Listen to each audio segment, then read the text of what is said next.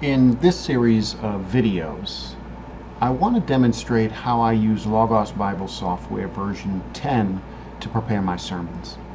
I have a four-part method that I use.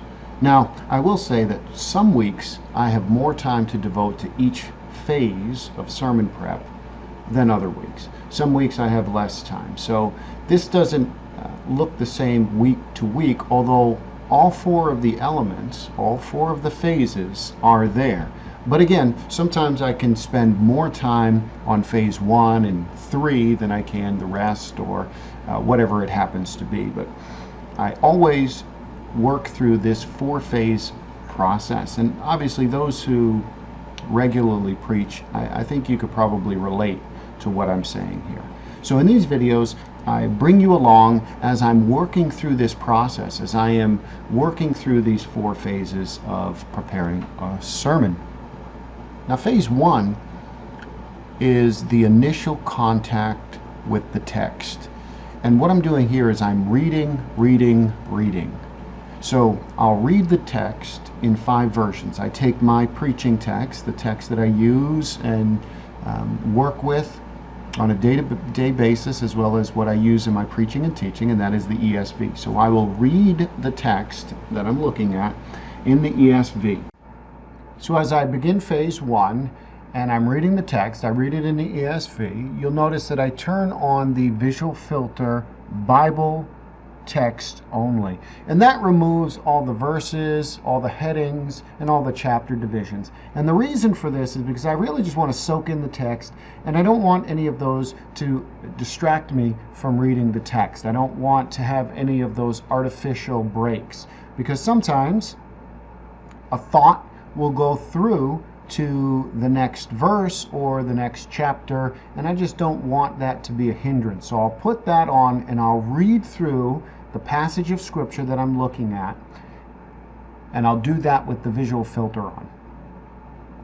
So I will read the text that I'm looking at in the ESV. Then I will read it in the NASB. I'll read it in the NIV. Then I'll read it in the New Living Translation, and finally the New King James Version. The reason I do that is, first of all, my preaching text is ESV. That's what I preach from and teach from.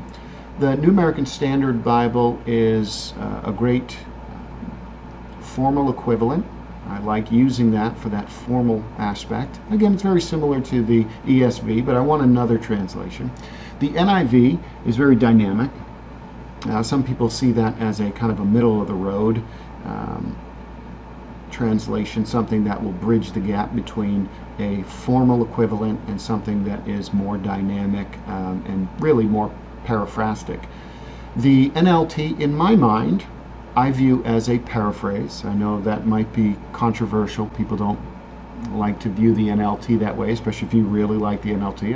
I'm not saying that as a dig against the New Living Translation. I'm just saying that's the category I put it in. So I want to read that as well. It's more dynamic. And then finally, I look at the New King James Version. The reason I look at that is because the underlying text is from a different platform. So most of these other ones, actually all these other ones, the underlying Greek and Hebrew text, it's a critical text.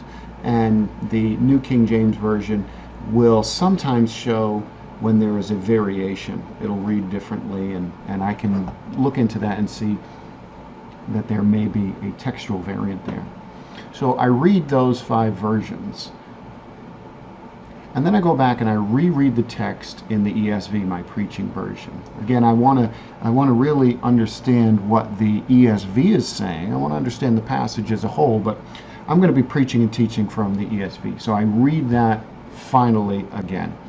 Then I think about a 30,000-foot view. What I do from this point forward is I look at the compare pericope tool in Logos. Now I like this because it'll give you a breakdown of where each of these translations, and I've got it set up with my 5 translations that I use, and it'll show me where they make the breaks. Where do they see the different pericopes, and sometimes they're all the same. Other times they're widely different. But it gives me a 30,000-foot view of kind of where the other translations are coming from. How do they break down the passage? I also look at the cluster graph. The cluster tool is not meant to give you detail, just like the compare pericope really doesn't give you any detail. It gives you a big picture. And so the cluster chart gives you a picture as to where, or how close, I should say, how close to one another these different translations are. Then what I do is I read and compare. I will use the text comparison tool to make note of anything that jumps out at me. I'll look for differences and I will mark. The ESV says this, the NASB in verse 5 says that, and so on. Those kinds of things. But I won't note every difference. I'll only note those things that seem to jump out at me that may actually either make the passage say something different in another translation, which happens on occasion. It'll say something that maybe seems to have a different connotation. But I'll make those notes, and I'll use the compare tool for that. And again, I set it up with my 5 different translations. And then what I do is I ask questions. This is all still phase 1. Most of these little elements of phase 1 go fairly quickly. The 30,000-foot view of the compare pericopes and the cluster graph, those are pretty quick. The read and compare with the text comparison tool, that's a slower process.